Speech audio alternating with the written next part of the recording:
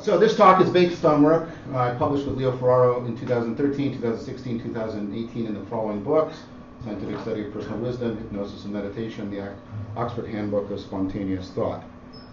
Now this is what I want to do. I want to discuss with you why intelligence is insufficient for rationality. And I'm going to make a strong case for that, and how rationality is about overcoming self-deception. Stanovich works is central here, Keith Stanovich work, and this is going to be a long section, this first part, as this argument is central. Then I'm going to discuss three general strategies that are emerging as we attempt to build artificial general intelligence. There are more than three, but I only have time for three. I'm going to concentrate on three of the big ones. What I'm going to argue is that as you increase the use of these three strategies to make a system more generally intelligent, you also increase its tendencies to fall prey to self-deception. And rationality as something above and beyond intelligence is therefore needed to address this self-deception. Further, rationality is about acquiring different cognitive styles for different kinds of knowing, and that will lead into an argument that wisdom is about optimizing the relationship between these different cognitive styles, and it is ultimately what is needed to overcome foolishness, which is systematic self-deception. Then we're going to discuss how wisdom is something we need to know from the inside. Obviously I'm speaking metaphorically there, and I'll try and describe what that means. And to exemplify if we're going to create artificial wisdom. And then the main moral argument I'm drawing from this is artificial general intelligence without artificial wisdom is morally dangerous to both the machines we are making and to ourselves. Therefore, there is a moral imperative upon us to cultivate wisdom if we are developing AGI. I don't mean this in the trivial sense that we should cultivate wisdom whenever we're doing anything, because of course we should. I mean this in the specific case that if we want to make these machines, we get a specific moral imperative emerging out of that task. Okay, so consider the following problem. Okay, so Linda is 31 years old, single, outspoken, very bright. She majored in philosophy. As a student, she was deeply concerned with issues of discrimination and social justice, and also participated in anti-nuclear demonstrations. And which is more likely? Linda's a bank teller. Linda's a bank teller and active in the feminist movement. So when you give this kind of problem to people, people overwhelmingly choose B as more probable, but of course, according to formal probability, that's false because it's a conjunction, right? This is known as the conjunction fallacy. Now, what might be going on here? There's a lot of discussion about this, but I think what's going on is participants consider the description of Linda relevant, and then they are trying to predict a causal relationship between the facts that are given in the description and how Linda will turn out as a person. And you're supposed to ignore all of that. The description is completely irrelevant. Right?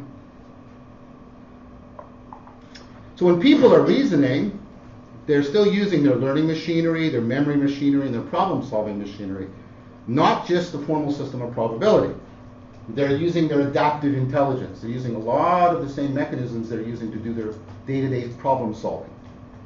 They're not just pursuing truth, but they're making sense of a situation. They're sizing it up, chunking, and finding relevant patterns, and then using that to try and anticipate the world. Yet, here's the thing. Notice when I showed you this, when I showed you the principle, right, the formal principle, you immediately acquiesced in it. Nobody said, no, of course not. You said, yeah, I get it. The conjunction is always less probable than either of the conjuncts. So notice what's happening here. People acknowledge the formal principle. They say, yes, that is right. That's the rule I should follow. They acknowledge that it should govern their reasoning, and then they regularly and reliably violate it. And they do that because of their intelligence. So this immediately brings up a question we will address. What is the relationship between intelligence and rationality? Let's consider another reasoning problem. Now, one very important principle of reasoning that is central to science is the use of evidence and inference to alter belief, of course. So belief A is based on evidence E, and then I discover that E is false. What should I do about A? Well, I should remove my belief in A. That's not the same thing as asserting not A. I should just remove my belief in A. Right? Now, how do you test this experimentally? Because, people's beliefs are based on all kinds of contingent facts in their life. What you do is you try and create a belief that is unique to the experimental situation, right? A belief that you create in the experimental situation, and then undermine the evidence, which was the sole evidence that caused that belief in the first place. So considering the following experimental setup, it's based on a couple of actual experiments. You have participants in experiments, you randomly divide them into 3 groups. Each group is given a bunch of notes to read, and the task is to determine which ones are real suicide notes or fraudulent notes. Now that's a pretty weird task. Most of you probably don't have any experience in that. So you shouldn't have any beliefs of your abilities in that right now, because you don't know if you're good or bad at it. Right?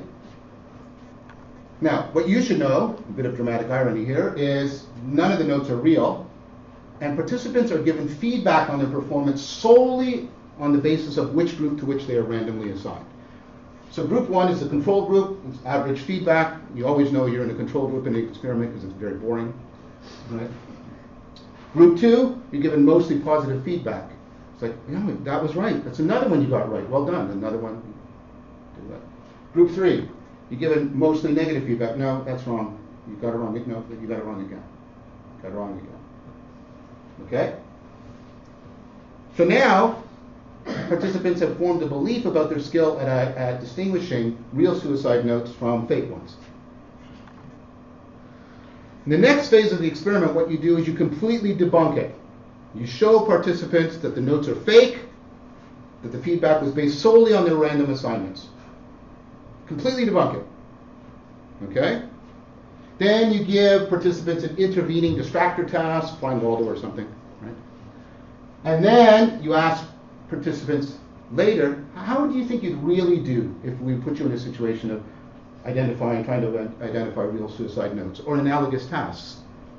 Now, what should they all say? I don't know, because I have no evidence. That's not what they do. People from group 2 state they will do quite well. People from group 3 state they will do quite poorly. Do you see what's happening here? This is called belief perseverance. People will maintain their belief even if the evidence that caused it has been completely undermined. Okay? Now, what's interesting about this, and what you really have to struggle to do, and this is part of what we get into wisdom, is believe that you would do the same in these experiments. Because you know who all these experiments are run on? Well, placed, highly intelligent students at university, often in psychology departments. Okay? Okay, let's now consider what is called motivated reasoning or a failure of critical detachment. How is this determined? You first get participants' attitudes towards a particular, usually controversial proposition, such as abortion is right. Right? Find people who highly agree with it, for example. Right? This is not about abortion. This is not the point I'm making. I'm not making a statement or claim about this right now. Okay? That's not what's going on. Okay? Find people who highly agree with it, for example. Now put them into 2 situations. You give them an invalid argument that leads to this conclusion that they favor, or you give them a valid argument that leads to the opposite conclusion. Do you understand? Then you ask them to evaluate the quality of the argument. How good is the argument? How good is this argument? Now people will say that the invalid argument is a good one and the valid one is a bad one. They will not actually pay attention to the quality of the argument. There's a specific example of this, just so you believe me. Shurek and Schneiderman, 2004, ran a study where they measured people's attitude towards the death penalty. This, of course, is another controversial thing. Then gave them 2 versions of a supposed newspaper article. In both versions, the article claimed that recent neuroscientific research showed that the brain activity, specifically the frontal lobes, show a brain, say frontal lobes, and people, okay.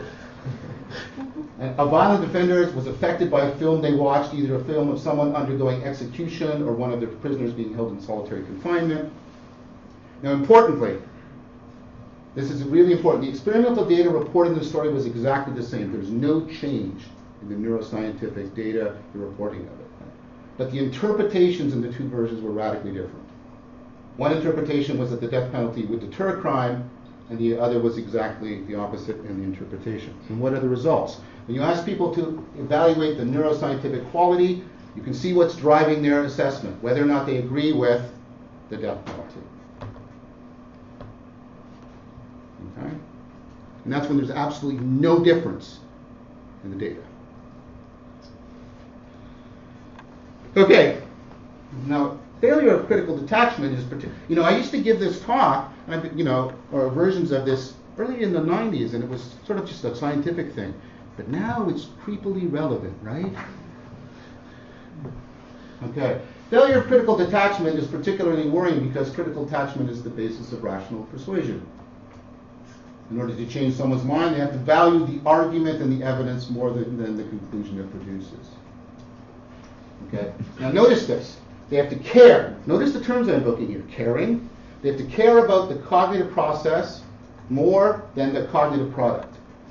Right? And that's a crucial feature of rationality according to Stanovich. People have to care about the process and be willing to shift their attention onto it and not focus on and fixate on just the conclusion, just the cognitive product.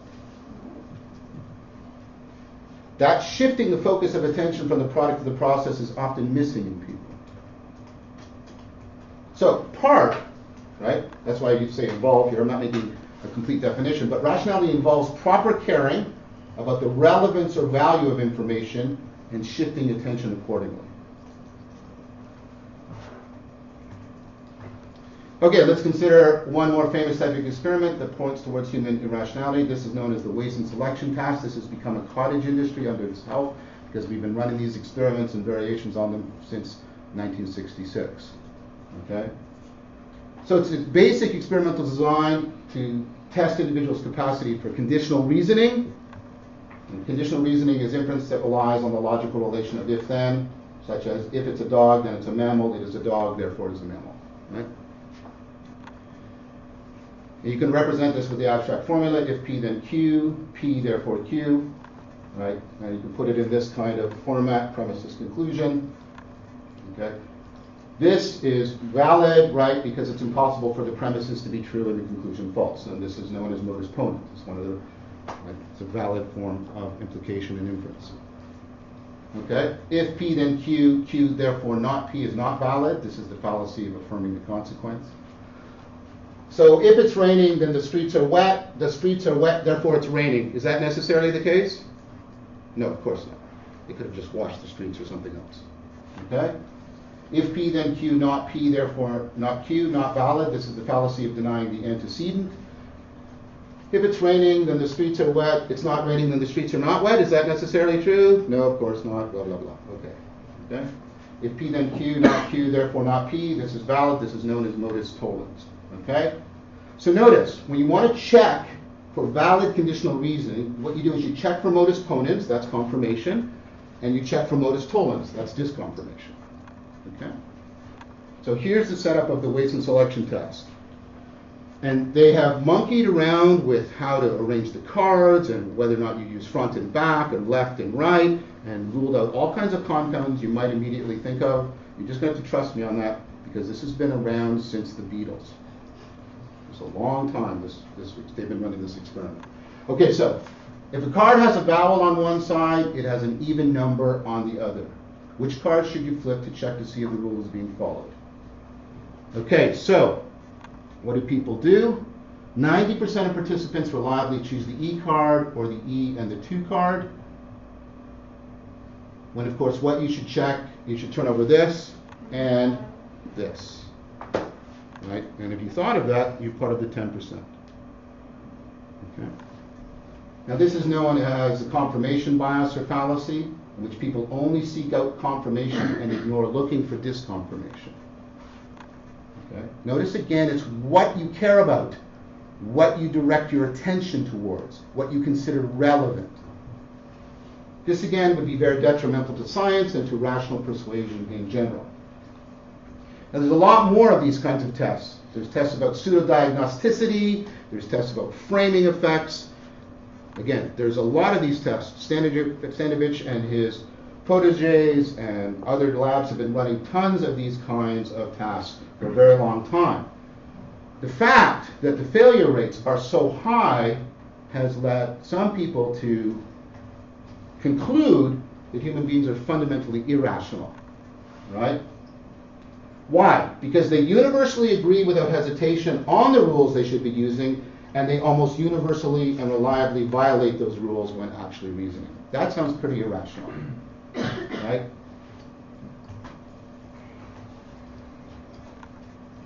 Now, you have to step back and think about trying to draw that conclusion, because it's not as easy to draw as you might think. One important response to the claim of human irrationality was given by Cohen in Behavioral and Brain Sciences in 1981. And he argued that the experiments were being misinterpreted if they were being used to conclude that human beings were fundamentally irrational. And his argument is kind of, it's a long paper, right? But his argument boils down to sort of a basic point. He argues that we have to be the source of the rules or norms of rationality. There can't be some supernatural source that's the basis of the rules that we're supposed to be following, because either we get the rules, this goes back to Plato and the Euthyphro, right? Either we get the rules and we follow them because we get them, or we don't get them and we're just obeying some arbitrary master. That's not rationality, right? And also, we can only be held responsible. I can't call this chair irrational because it can't be held responsible to those rational norms. I can only hold somebody responsible and claim that they're irrational if it makes sense to attribute these norms to them. Okay, so these are two long-standing arguments. There's Plato in there, there's Kant in there, right? It comes down to this idea, in some sense, we must be the source of the rules we are applying to ourselves. So why then all the errors in the experiment? If we are the source, if within us is or are all the rules we should be following, why don't we follow them? So Cohen makes use of the idea of systematicity and the Chomskyan distinction between competence and performance. Performance is what you have done, so performance is all the sentences you have uttered, right? Competence is what you're capable of doing. You are capable of uttering and understanding an indefinitely large number of sentences that you will never hear or utter, right? Currently, there are no hyper-evolved, super-technologically advanced squirrels on Jupiter mining for undiscovered emeralds.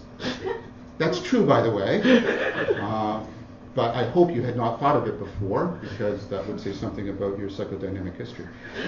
Okay, so let's compare two people with whom you're trying to talk, okay? This drunk guy. So here's Mark. You know Mark. You come up to Mark and, hey, Mark, how's it going?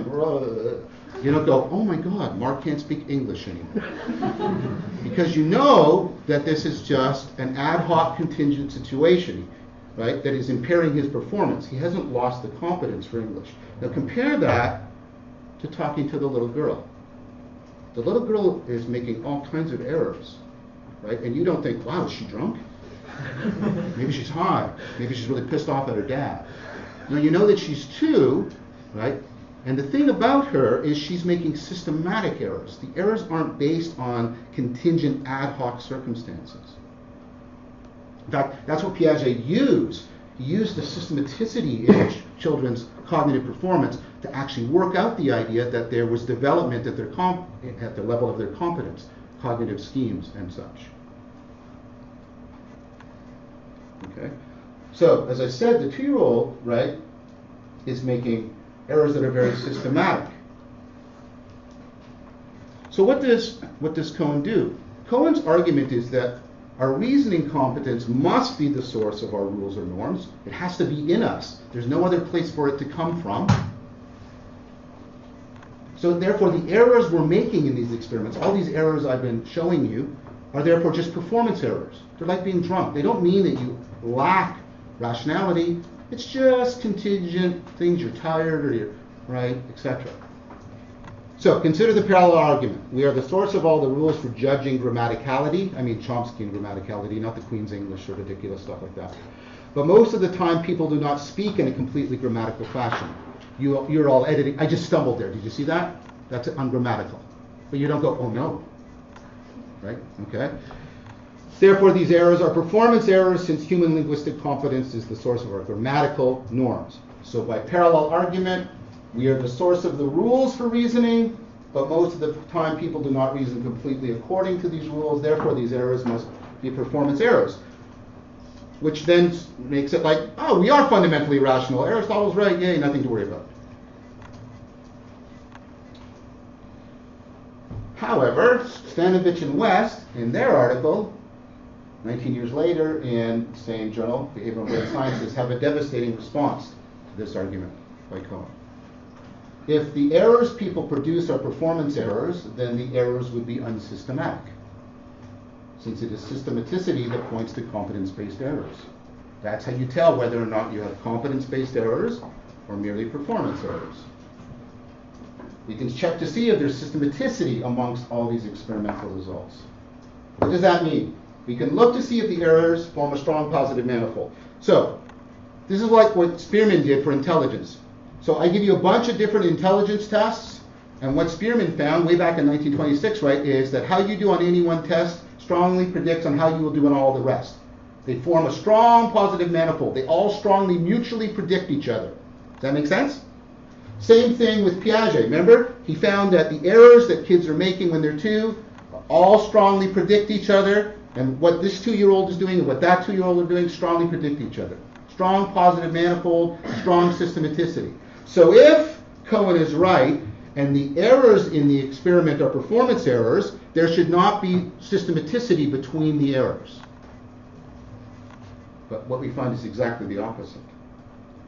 We find a strong positive manifold for the errors in all the reasoning experiments. How you do on any one of those reasoning tasks is strongly predictive of how you will do on all the rest.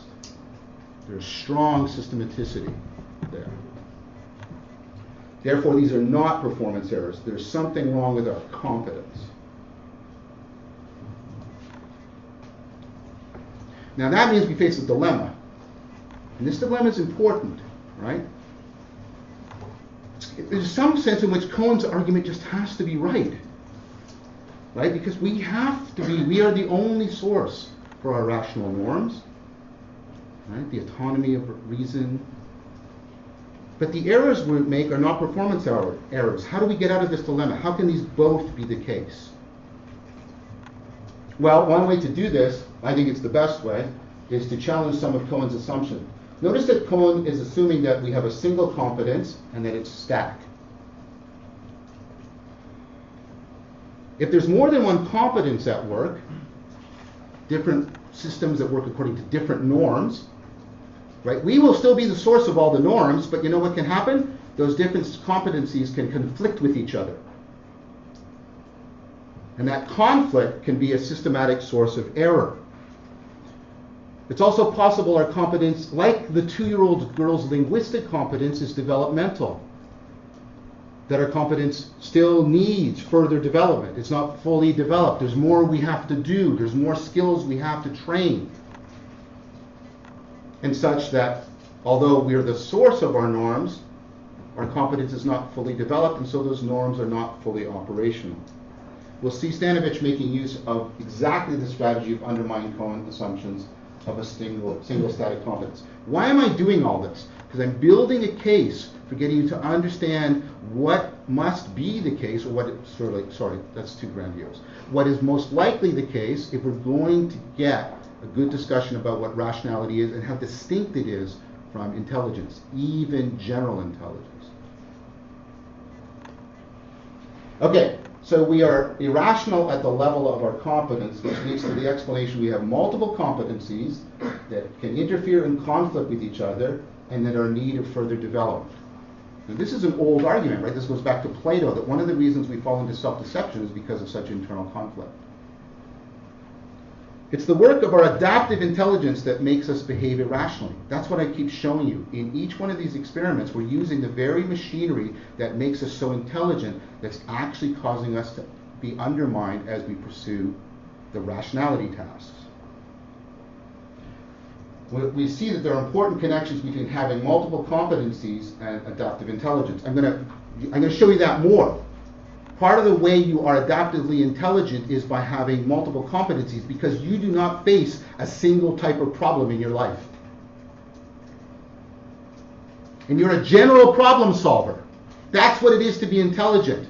You can solve multiple problems in multiple domains, and they often don't have anything to do with each other. How many of you know how to swim? Raise your hands. How many of you think it will help you to understand my talk? Okay, that's my point. It just good help.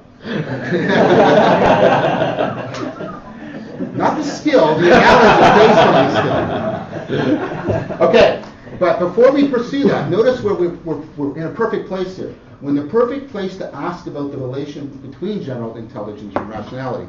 And that's when we're going to start to get right? That's going to be relevant in a discussion of artificial intelligence. We can empirically test if rationality equals intelligence.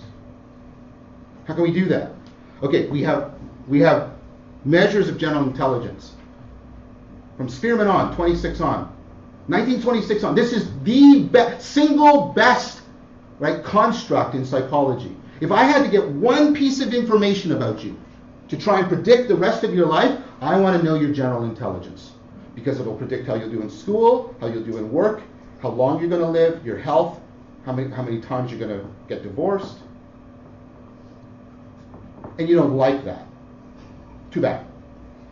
That's just a robust finding. Okay, so that's well established. But remember, performance on the reasoning experiments also forms a strong positive manifold. Okay, let's call this R. So we have measures of general intelligence, that's a strong positive manifold coming out of all the intelligence tests. We have measures of R, the strong positive manifold coming out of all the reasoning tests. Now what we can do is this measure equal this measure. Do they vary with each other? How tightly is the variance between them? How much do they covary? There you go. Correlation's about 0.3. Stop and think about that. This is clear empirical evidence for this claim. Intelligence is necessary but not sufficient for rationality. That means there is no necessary relation between making a system intelligent, even very highly intelligent, like the psychology students in the reasoning tasks, and making that system rational.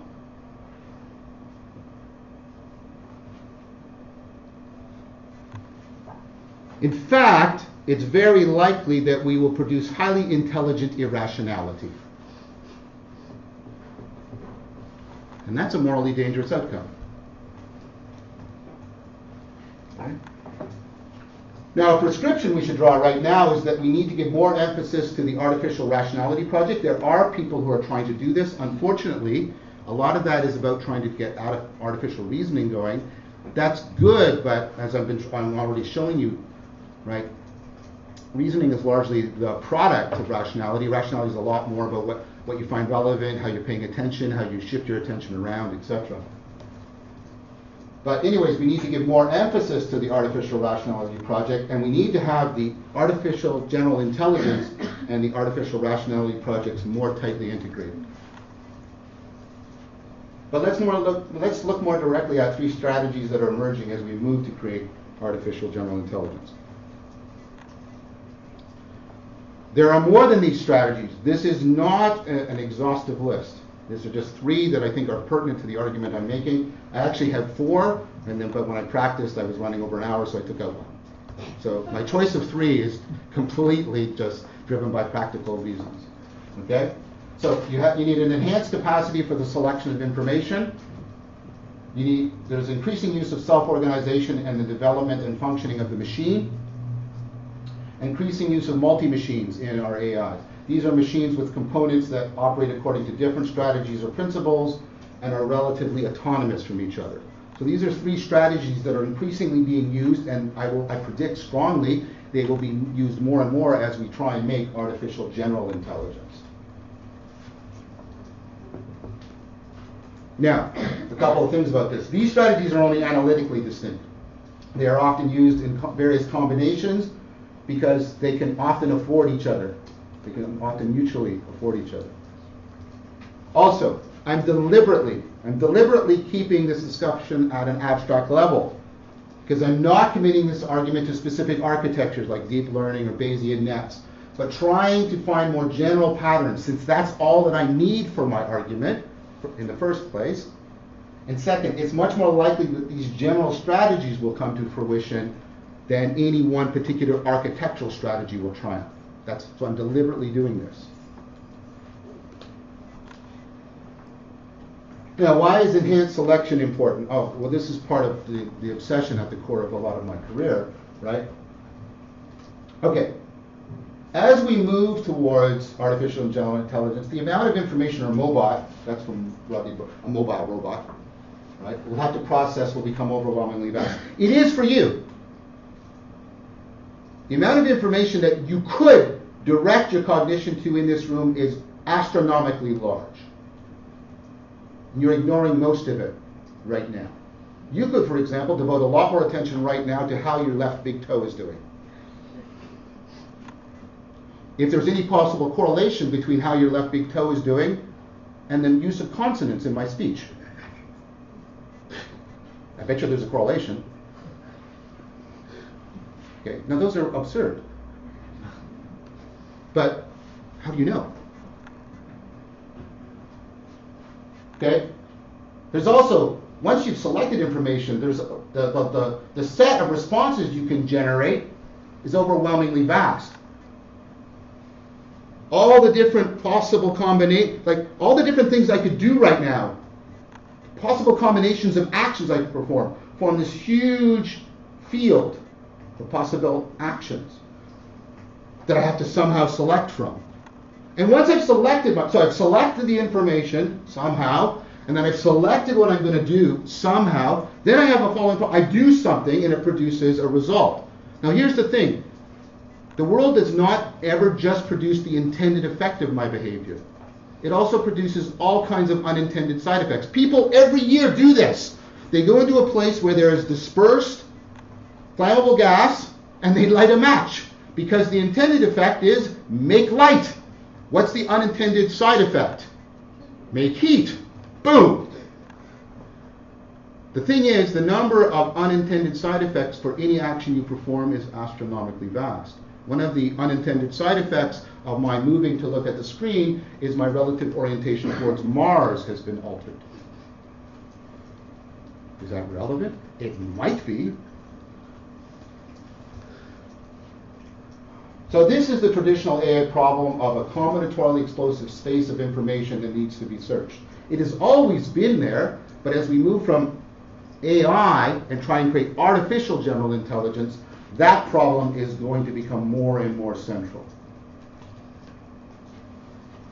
A lot of my work is trying to work out how cognitive agents zero in on such relevant information, given that even the most powerful computers are overwhelmed by such combinatorial explosion. And they have to do this while ignoring all the irrelevant. This is what you cannot do. You cannot check all the pieces of information. Oh, that's irrelevant, that's irrelevant, that's irrelevant, that's irrelevant, that's irrelevant, that's irrelevant, because that's the rest of your life, trying to do that next task.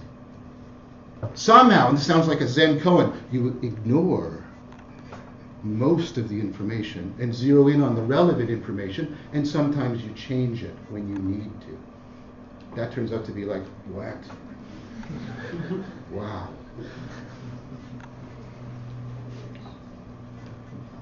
In a related vein, to show you how relevant this is to psychological discussions about intelligence, Stanovich has argued that when we're measuring general intelligence, what we're actually measuring is this ability to deal with such computational limitations.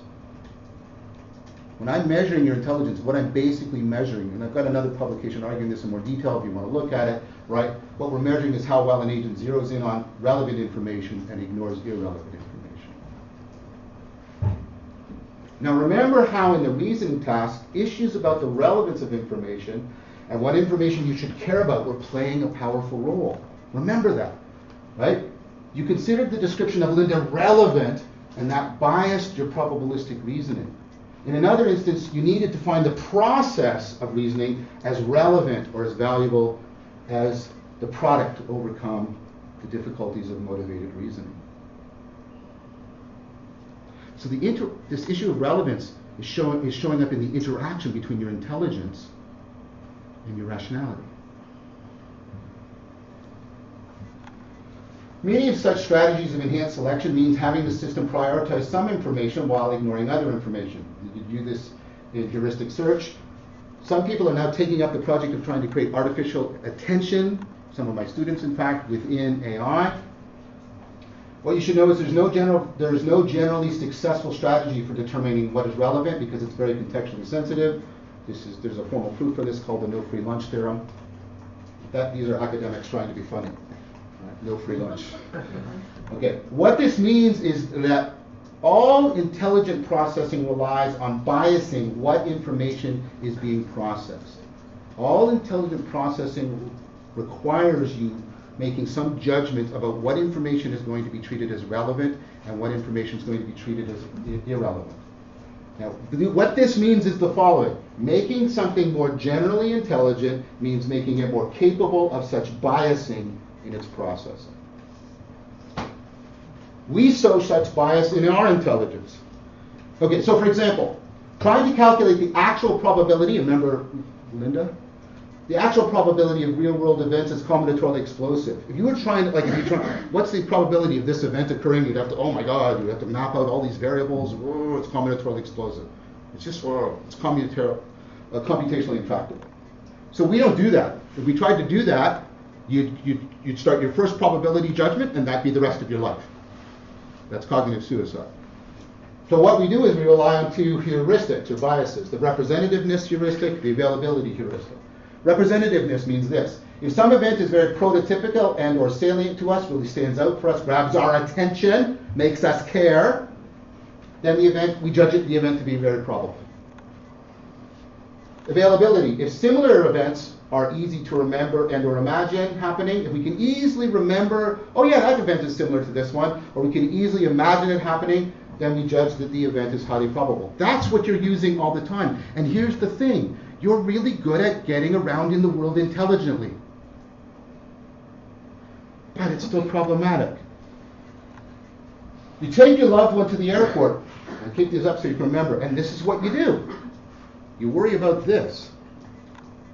So you say all these euphemisms to them, like, have a safe trip, which means don't die. Text me when you're there, because the plane crash and you are obligated to text me. You're just saying, don't die, don't die, don't die. I love you, don't die, don't die, don't die. I love you, don't die. Okay? Now, why are we doing that? Right? Because these events are really representative to us. When it happens, they are made super salient. They are on the news, and they are called tragedies. Very, very, right? Representative. And then it's easy for us to imagine a plane falling because we have these Homo erectus brains, all this metal in the air. Oh, of course it can fall. So we judge this event as what? Highly probable. After our friends leave, we go and get in our car without a second thought, forgetting that the car is North America's death machine.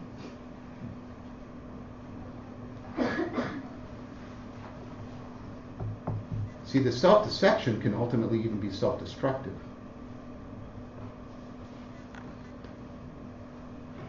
Now notice, I can't stop using these biasing strategies because that will undermine intelligent behavior. I'll just face oceans of emotion, oceans of information, right?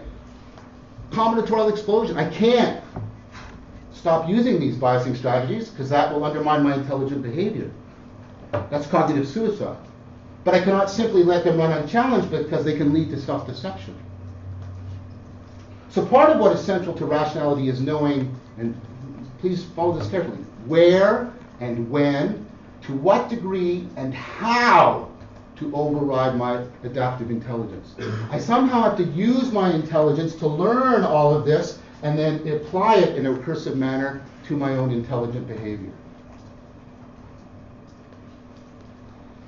So what I've been showing you already is, I've been showing you more and more about what rationality is and how it's distinct from intelligence, but enhancing selection processes makes us more intelligent, but also more prone to self-deception and in need of the higher order skill, because it's recursive, of rationality.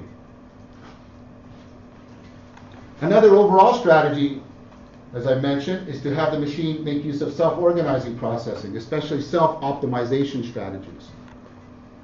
This is because, as I mentioned, to be an artificial general intelligence, you have to be a general problem solver. What that means is you're often dealing with multiple goals that are in trade-off relationships. Right? So as you satisfy one goal, you will lose on satisfying the other goal. They trade off from each other. So you cannot maximize one goal because you will lose on the other goal that you need to achieve. So what you have to do is optimize between them. For example, being able to generalize your predictions would make you more intelligent. But you don't want to do that at the cost of being able to make important discriminations between individuals. Right? So, for example, this prediction generalizes more. There's stuff near me. That generalizes very, very well. It doesn't generalize as well as this. There are people near me. But I care more about the second one than the first. Got to get the right balance. Sometimes it's relevant to treat things as the same in generalization, sometimes as different, discrimination. And you need to do this at multiple levels at the same time. I'll show you this. You're doing it right now as you're reading this. How do I know? This is from David Romelhart, 1988. What's this say? Say it. What does it say? The cat. The cat. What are you doing here? These are perceptually the same, but you're treating them as different letters. An H and an A. How do you do that? I mean, it seems like a paradox, right? In order to read the word, I must read the letters. But in order to disambiguate the letters, I must read the word. Therefore, it's impossible to read. Well, here's the answer. You have a massively self-organizing process that is simultaneously operating bottom up from the letters and top down from the words. You're doing it right now. You're doing it right now.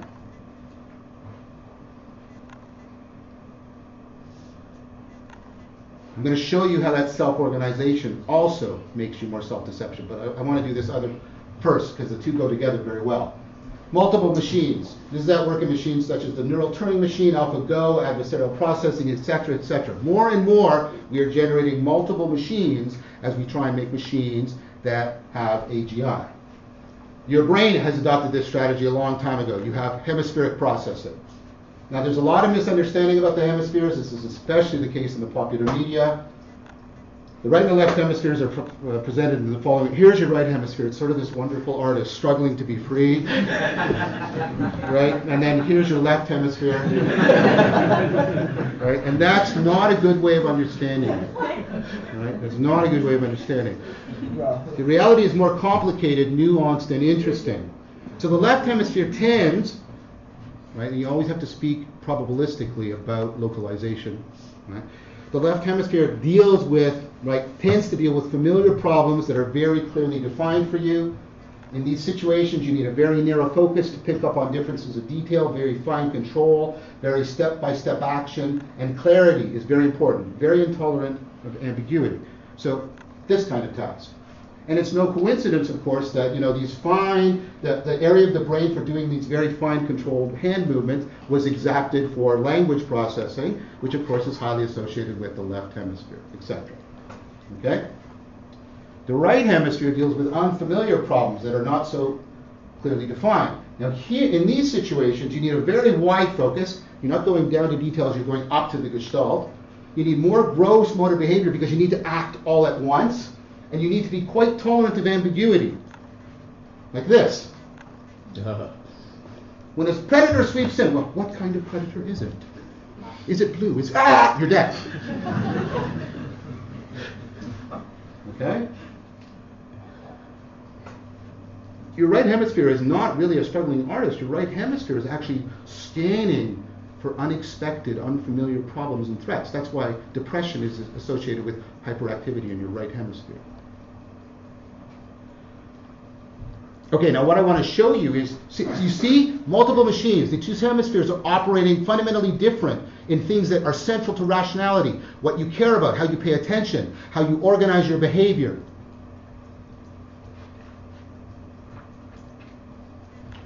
Notice the two hemispheric theories that work in this problem.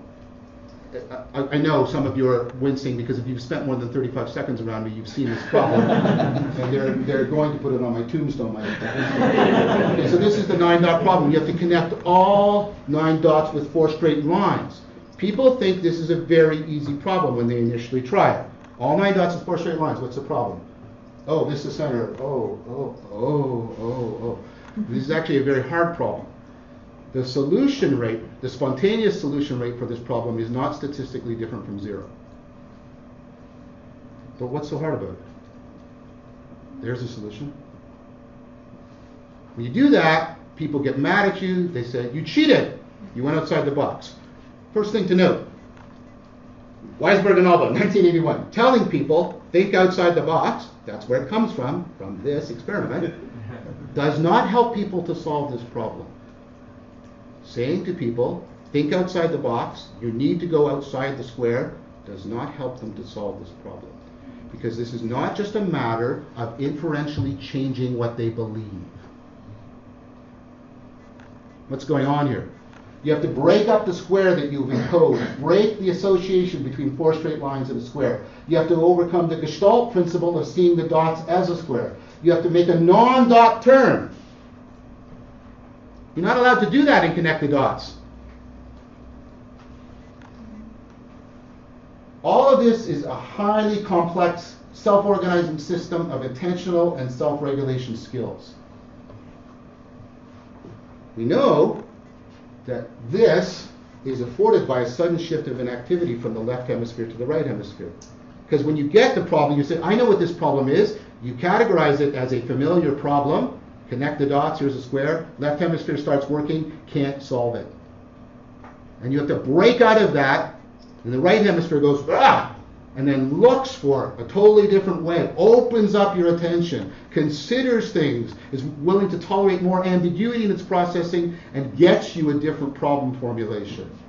And then activity shifts back to the left hemisphere. If you want to read up more about that, here's the book. I hate these pretentious covers, but there you go. It's Kunias and Beeman. This is 2016. Notice how all the principle. Notice how you were self-deceived in the 9-dot problem.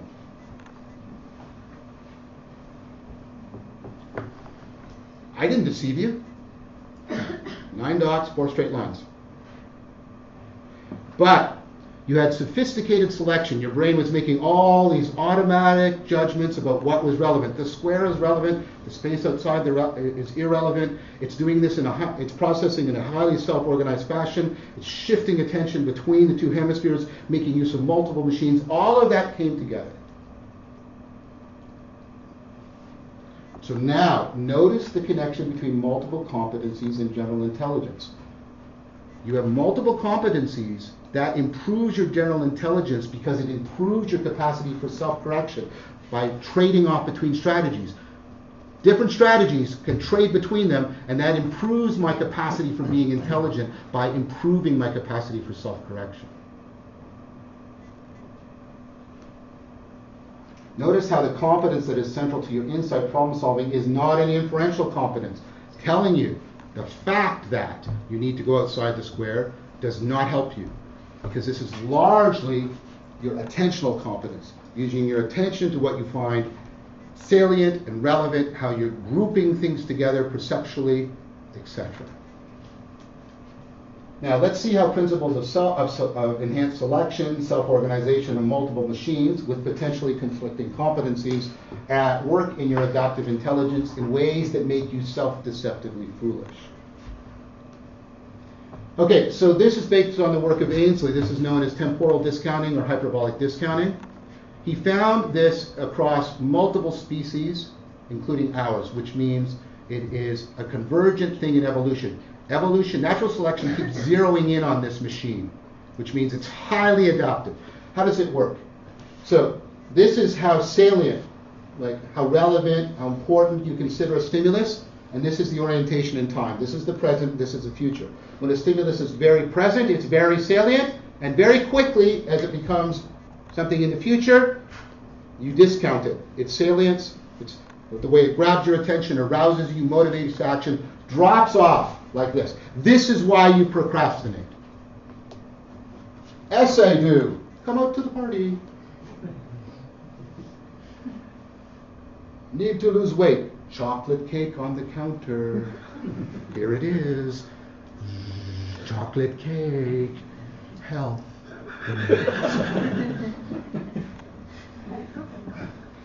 Okay? Notice all the machinery at work here. This is really adaptive. Why? Why is it adaptive? So, let's say you're at the current event. The probability of the current event is 1 because it just happened. I'm not claiming some platonic perfection and the universe unfolds symmetrically. I'm just using this for pedagogical purposes.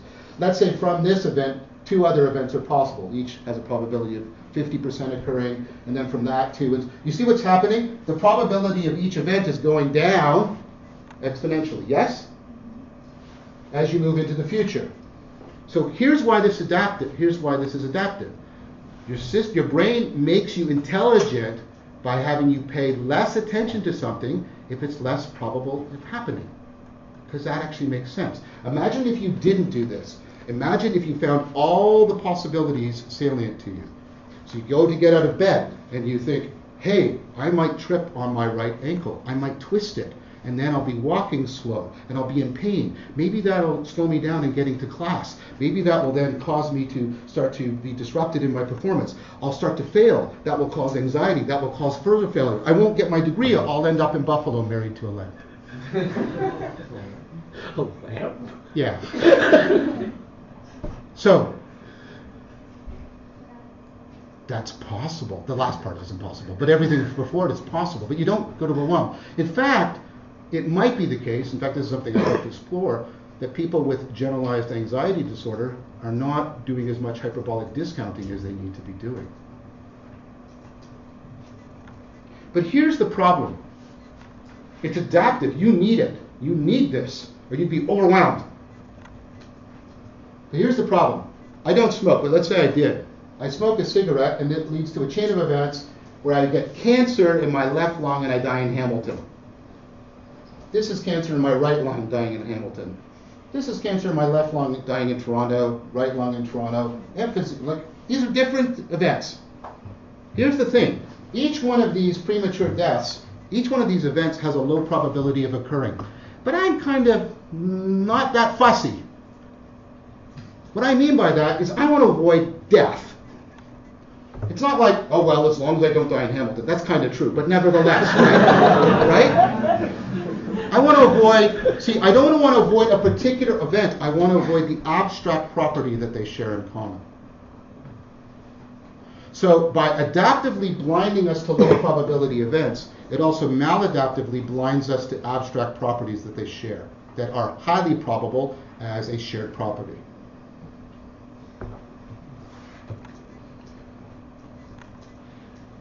So, you can't end temporal discounting or you commit cognitive suicide. You can't shut it off.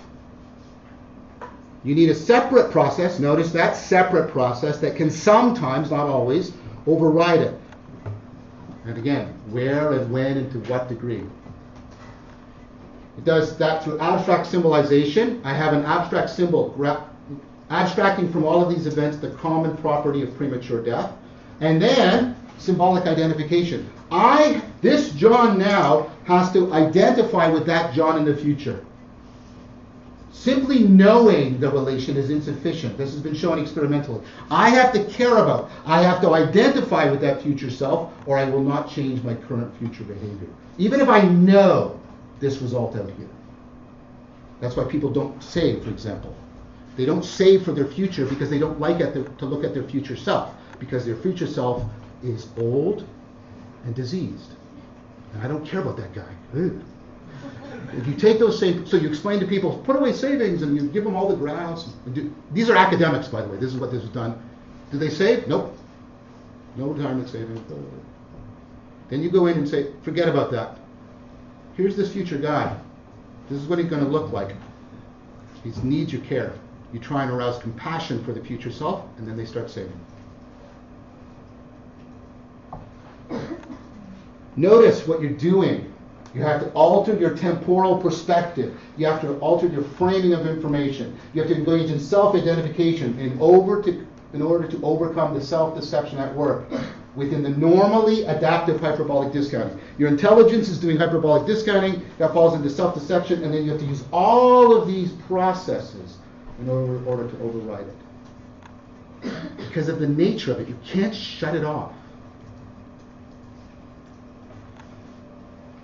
So Vervaeke and Ferraro argue that heuristic biases, self-organized processing, and the effect of emotion and identity on attention can reinforce each other in a vicious fashion, which we call parasitic processing. It's on the analogy of a biological parasite. It's a system that takes root in your cognition and sucks life from you. So consider the following example. There's an event that's interpreted as bad or wrong. So your brain wants to know, when are there going to be other bad events like that? Which is a good thing to search. Okay, so you have this thing called encoding specificity. That means you tend to remember things that you acquired in the same state. So when you're sad, it's very difficult for you to remember when you were happy. It's very easy for you to remember when you're sad, right? And that is interacting with the representative heuristic because it's making these bad events more salient to you. And that's also making them easier to imagine. The availability heuristic is plugging into this. And then both of these are interacting with the confirmation bias. I only look for information that confirms that things are shitty. I don't look for disconfirmation. So I'm starting to presume pretty rapidly, oh, such bad events are going to happen. That causes anxiety, right? Now, what we know about anxiety is it narrows your frame, more local specific processing. That reduces your cognitive flexibility right away. Your sense of being able to solve problems goes down, because as cognitive flexibility goes down, your capacity for insight, for that reframing, goes down. So low self-assessment, sense of ineffectuality. The world is now seeming less clear, more alien, increasingly threatening. You're getting frustration and futility because you're not solving your problems. Paranoia, and the whole thing is feeding back on itself. Self-organization makes you adaptively intelligent. Heuristic processing makes you adaptively intelligent. Multiple competencies makes you adaptively intelligent. Researchers from MSU and MIT produced a similar and more complex model of depression in 2015.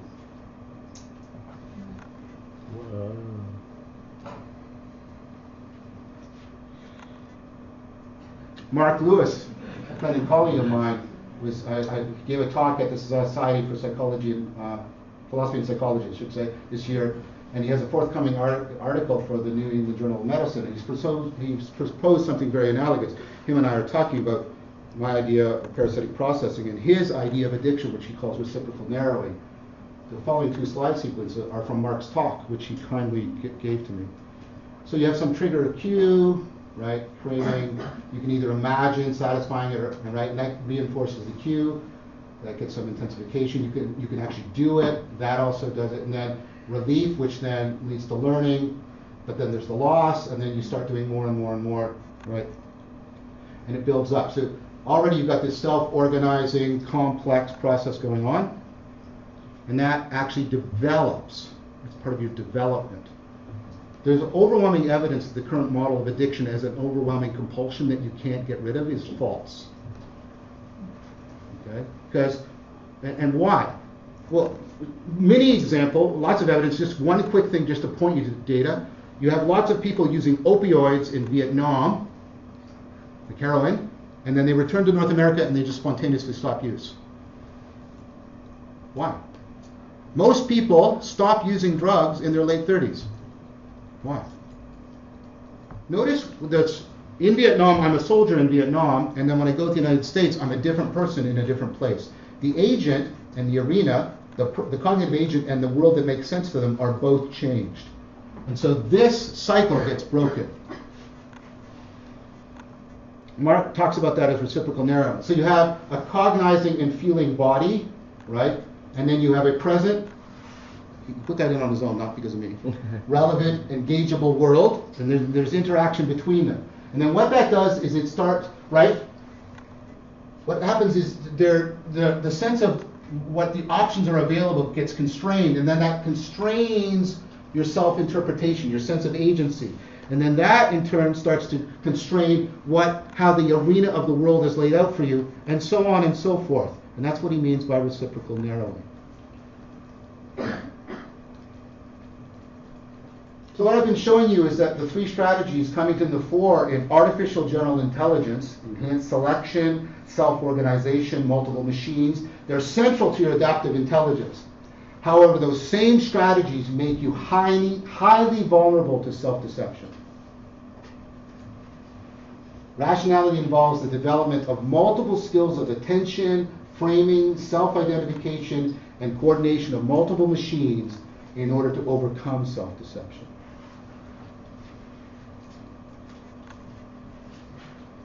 Okay, according to Stanovich, what accounts for most of the missing variance in performance on reasoning tests is not general intelligence, as we've already seen, but the cognitive style of active open-mindedness. You have to acquire a cognitive style.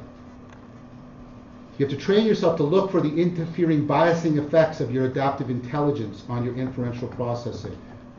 And that, right, has to be oriented towards getting you true facts. But, and Stanovich admits this, although he doesn't talk about it very much, there are instances where such inferential processing is detrimental to important aspects of your cognitive agency. So, for example, if I trigger your inferential processing, that undermines your insight problem-solving capacity. There's a trade-off relationships, right? It can interfere with your ability to change perspective or symbolic identification. That's what goes on in therapy. People come in often knowing the facts. That's not the issue. They don't know how to break out. They don't know, right, how to shut off that inferential rumination in order to get the insight, in order to alter their identification machinery. So you need a completely different cognitive style. One that helps you shut off the inferential processing and train your skills of adaptation and enhance your capacity for insight. And we have increasing evidence that that's what the cognitive style of mindfulness does. The more people have training in mindfulness, the more cognitive flexibility they have, the better they are at insight problem solving. In addition, you need another cognitive style, the skill which comes from your development of internalizing other people's perspectives, so you know how to relate to other perspectives, take other perspectives. So Leo and I, in that same 2013 publication, sort of proposed this. I'm not happy with this anymore. Your work is like your children. You're supposed to love it forever, but still, you know. Right? So you have knowing facts about X. This is your propositional knowledge.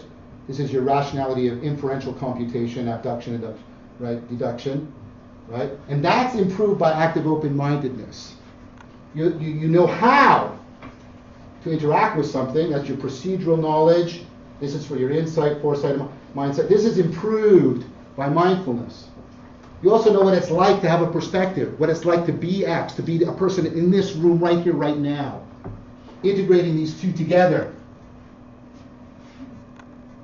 Notice I have different competencies, different cognitive styles for those different competencies. I need to prevent this from sometimes interfering with this, and this from interfering with this, and I need this to coordinate that together.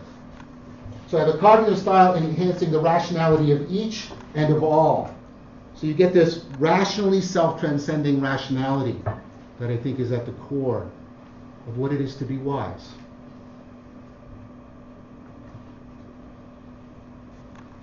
Following the work of Ardelt and giving the argument you've just seen, wisdom is something that has to be known from the inside.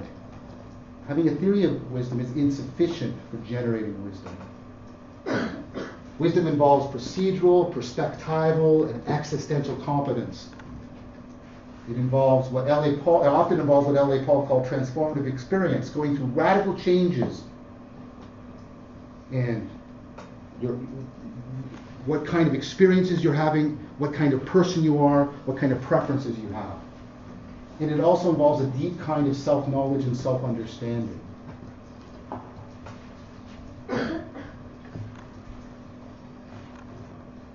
And while we have natural comparative exemplars of general intelligence for modeling purposes in artificial general intelligence, when I'm doing AGI, I have something to compare it against for ecological validity. You guys. I don't have such a natural supply for rationality for reasons that I've explained to you quite carefully. And you know what I don't have very much of at all? Exemplars of wisdom. And having a theory of wisdom is no substitute for having the exemplar, because wisdom has to be known from the inside through somebody who's gone through transformational development. Here's what I'm arguing. Artificial general intelligence without artificial wisdom is morally dangerous to both the machines, because we're going to make machines that are highly intelligently self-deceptive, and also morally dangerous to us. Because you know what we don't need more of? Intelligently irrational cognitive agents. Not more just in the sense of more of them, but faster than us. Therefore, there is a moral imperative upon us, because we are all we got, to cultivate wisdom, so that we know how, and we can exemplify to these machines wisdom. Thank you very much.